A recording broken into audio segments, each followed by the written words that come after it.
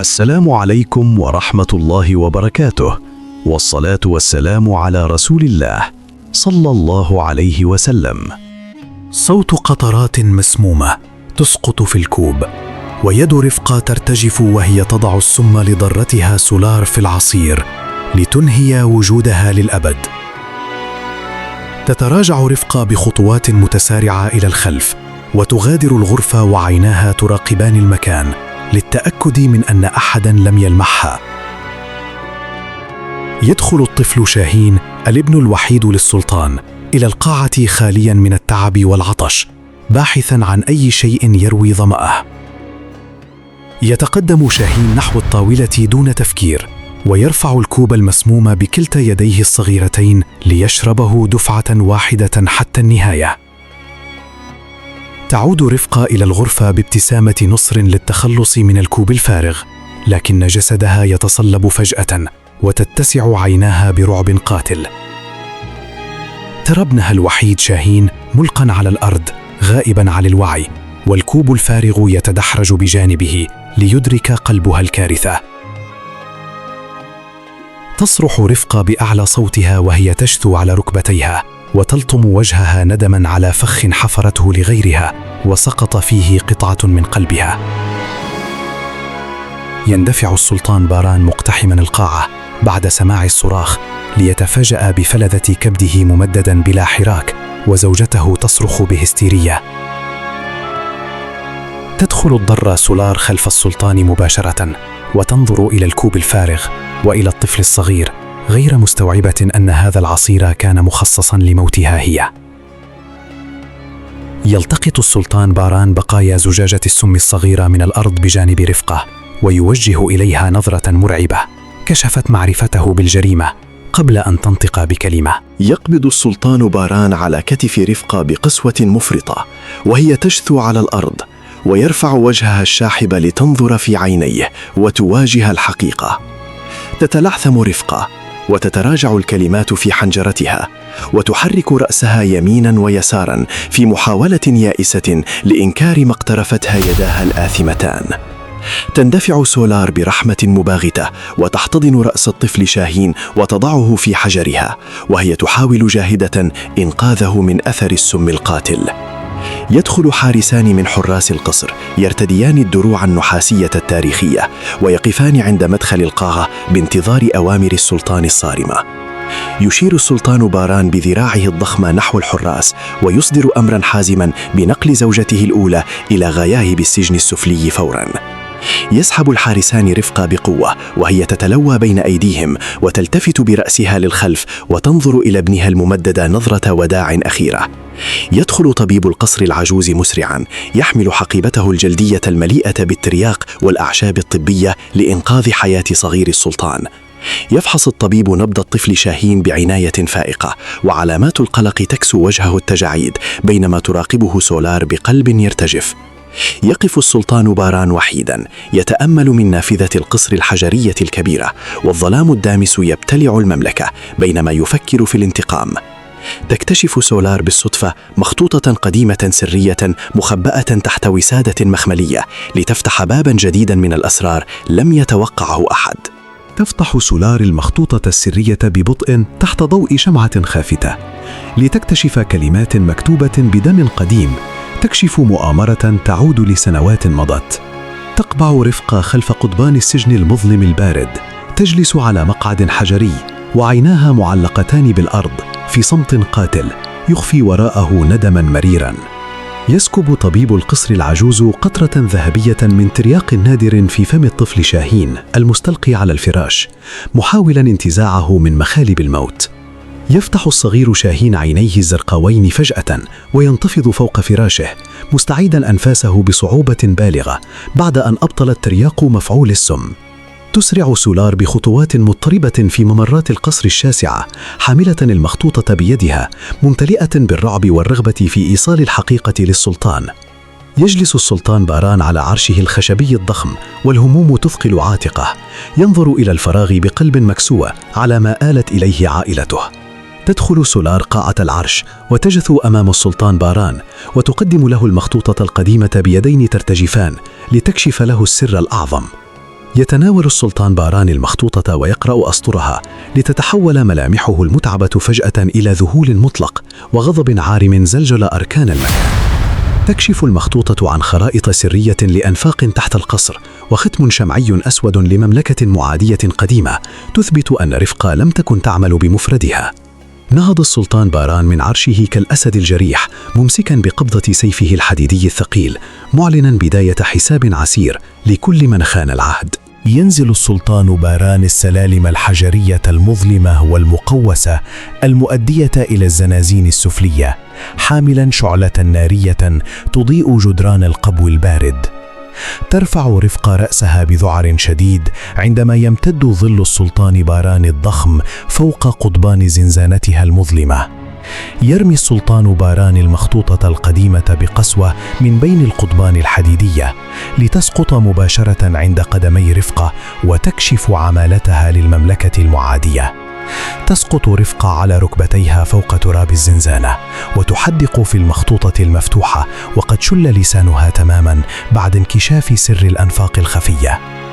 تقف سولار بجانب فراش الصغير شاهين الذي استعاد عافيته وجلس يبتسم لها بهدوء لتشعر براحة لم تذقها منذ بدء الحادثة.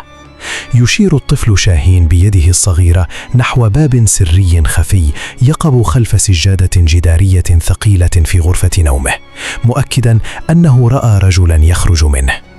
تتقدم سولار وتزيح السجادة الجدارية الثقيلة المغبرة ببطء ليظهر خلفها باب حديدي مقوس يؤدي إلى الممرات السرية المذكورة في المخطوطة. ينفلت ظل طويل ومريب لرجل مجهول يرتدي رداء أسود بغطاء رأس من الباب الحديدي الخفي ويهرب مسرعا في عمق النفق المظلم. تصرخ سولار بأعلى صوتها مستنجدة بحراس القصر بينما تتراجع إلى الوراء برعب شديد من ذلك الممر السري المفتوح. يندلع 3 من حراس القصر الأقوياء بدروعهم النحاسية وسيوفهم المشهورة إلى داخل الغرفة ويتجاوزون سولار مقتحمين النفق للحاق بالهارب. يصعد السلطان باران سريعا من الزنازيل السفلية إلى غرفة النوم وعلامات القلق والوجوم تكسو وجهه بعد سماعه صرخات الاستنجاد. تشير سولار بيد ترتجف نحو الباب الحديدي المفتوح خلف السجادة الجدارية المزاحة وتخبر السلطان باران عن الرجل الغامض الذي فر عبر النفق. في عمق النفق الحجري المظلم والرطب ينجح حراس القصر في إسقاط الرجل ذو الرداء الأسود أرضاً ويقيدون حركته بقوة مفرطة لمنعه من الهرب. يسحب الحراس الرجل المقيد من داخل الممر السري المظلم إلى إضاءة الغرفة ويجبرونه على الجثو على ركبتيه صاغراً أمام السلطان باران. يتقدم السلطان باران بغضب عارم ويمد يده الضخمة لينتزع غطاء الرأس الأسود عن وجه الأسير المجهول ليكشف هويته الحقيقية. يظهر وجه الأسير بملامح حادة، رجل في 50 من عمره ذو ندبة عميقة على فكه وعينين رماديتين باردتين ينظر بتحد ومرارة. يتراجع السلطان باران خطوة صغيرة إلى الوراء في صدمة خفيفة بعد أن تعرف على هوية الرجل، إنه قائد جيوشه السابق المطرود منذ سنوات. يتحدث القائد المطرود بصوت متحشرج وكلمات مليئة بالحقد، ملتفتا بنظراته بين السلطان وسولار التي تقف متجمدة من الصدمة في زاوية الغرفة. يعترف الأسير بسر خطير، مؤكدا أن رفقة لم تفعل ذلك كراهية في ضرتها فقط، بل طعنت في أسرار تخص نسب الطفل شاهين لحمايته. يلتفت السلطان باران برأسه ببطء نحو نافذة القصر الحجرية الكبيرة، وقد ألجمته الصدمة تماما أمام حجم الخيانة والخدعة التي عاش فيها لسنوات. يلتفت السلطان باران بجسده الضخم نحو القائد الأسير الجاث على ركبتيه، ويقبض على مقبض سيفه الحديدي بعزم مميت، مطالبا بباقي الحقيقة. يضحك القائد المطرود بسخرية ومرارة وينظر إلى عيني السلطان متحديا ليخبره أن الختم الأسود على المخطوطة يعني أن الحرب قد بدأت بالفعل. تتقدم سولار بخطوات سريعة نحو الصغير شاهين الجالس على الفراش وتضعه خلف ظهرها لتحميه بجسدها من كابوس المؤامرة الذي يدور أمامهما. يصدر السلطان باران أمرا حازما ومزلزلا للحراس بنقل القائد الخائن إلى أشد الزنازين ظلمة وتحت حراسة مشددة لا تنام. تقف رفقة عند النافذة الحديدية الضيقة لزنزانتها المظلمة، تتأمل أسوار القصر البعيدة وتترقب مصيرها ومصير سرها المحترق. يعود السلطان باران بخطوات ثقيلة ومهمومة إلى قاعة العرش الحجرية الكبيرة، متأملا المخطوطة بيده وهو يشعر بثقل التاج على رأسه. تدخل سولار قاعة العرش بهدوء وحذر شديدين، وتقف على بعد خطوات قليلة من السلطان باران لتواسيه في محنته القاسية والمفاجئة. يرفع السلطان باران عينيه الزرقاوين الحزينتين نحو سولار، وتلين ملامحه الصارمة قليلا أمام وفائها ونقائها وسط هذا السيل من الأكاذيب. يتسلل الصغير شاهين من غرفته إلى الممر الخافت الإضاءة، ممسكا بيده مفتاحا نحاسيا صغيرا وجده ساقطا على الأرض دون علم أحد. يقف الطفل شاهين أمام باب حديدي ثقيل ومغلق في نهاية ممر القصر الطويل، مقتربا بالمفتاح من القفل ليكتشف ما وراءه. يدير الصغير شاهين المفتاح النحاسي في قفل الباب الحديدي الضخم ليصدر صوتا ثقيلا يتردد صداه في الممر المهجور. يدفع شاهين الباب الحديدي الثقيل ببطء لتنفتح أمامه غرفة سرية مغبرة مليئة بالتيجان الملكية القديمة والصناديق المحطمة. يتقدم الطفل شاهين بخطوات حذرة نحو مهد ذهبي قديم يقع في منتصف الغرفة المغبرة، ويحدق بداخله بفضول براءة الأطفال. يسير السلطان باران بجسده الضخم ومعه سولار في ممرات القصر الشاسعة، يبحثان عن الطفل شاهين بعد أن لاحظا اختفاءه المفاجئ. يلمح السلطان باران الباب الحديدي السري المفتوح في نهاية الممر الطويل ليتملكه الفزع، ويسرع بخطواته ممتلئا بالشكوك.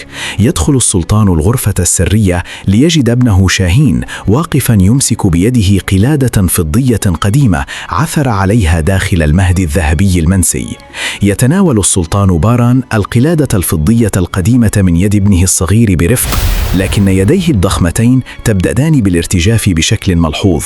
يفتح السلطان القلادة الفضية بيدين ترتجفان لينصدم بوجود صورة صغيرة لامرأة شابة تشبه سولار تماما في ملامحها وعينيها العسليتين. ينقل السلطان باران نظراته المذهولة بين القلادة الفضية ووجه سولار الواقفة أمامه، والتي بدت مذهولة ولا تفهم شيئا مما يحدث. تتقدم سولار خطوة للأمام وتنظر إلى الصورة المصغرة داخل القلادة، ليبدأ رعب جديد بالصعود في قلبها بعد رؤية ملامحها المتطابقة. يتحدث السلطان باران بصوت منخفض وعميق، ويوجه القلادة الفضية المفتوحة نحو سولار ليكشف لها أن هذه الصورة تخص شقيقته الراحلة منذ زمن طويل. تضع سولار كلتا يديها على فمها، والدموع تنهمر من عينيها العسليتين بعد أن أدركت فجأة أنها ليست مجرد زوجة ثانية، بل ابنة شقيقة السلطان المفقودة. يتقدم السلطان باران بخطوات واسعة ويفتح ذراعيه الضخمتين ليحتضن سولار بحرارة وبكاء شديد، معوضا سنوات الفراق والضياع التي عاشتها عائلته.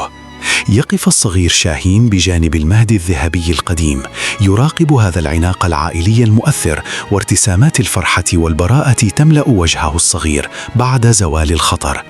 تجلس رفقة وحيدة منكسرة في تراب زنزانتها المظلمة، وتستمع إلى أصوات أجراس القصر البعيدة وهي تعلن الحقيقة وتبدد كل مؤامراتها. يسحب الحراس القائد الخائن المقيد بالسلاسل الحديدية الثقيلة خارج الزنازين ليواجه عقابه الأبدية والطرد النهائي خارج أسوار المملكة.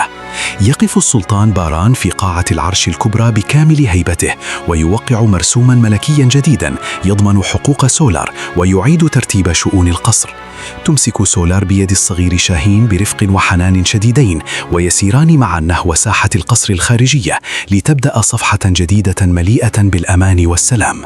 تشرق شمس الصباح الذهبية فوق أسوار وجدران القصر التاريخي العتيق لتمحو بضوئها كل آثار الليلة المظلمة وكوابيس المؤامرات المسمومة. وينتهي كل شيء ببقاء الكوب المسموم مكسورا ونصفين فوق الأرضية الحجرية مغطى بالتراب كرمز أبدي لنهاية الشر وانتصار الحق الذي لم يتوقعه أحد. ودي يا جماعة كانت قصتنا النهاردة. أتمنى تكون القصة عجبتكم، وياريت تكتبوا لي في الكومنتات انتوا بتتابعوني من اي بلد عربي او اجنبي، ويا ريت تعرفوني الساعه كام عندكم دلوقتي، وانتظروني ان شاء الله في القصه القادمه.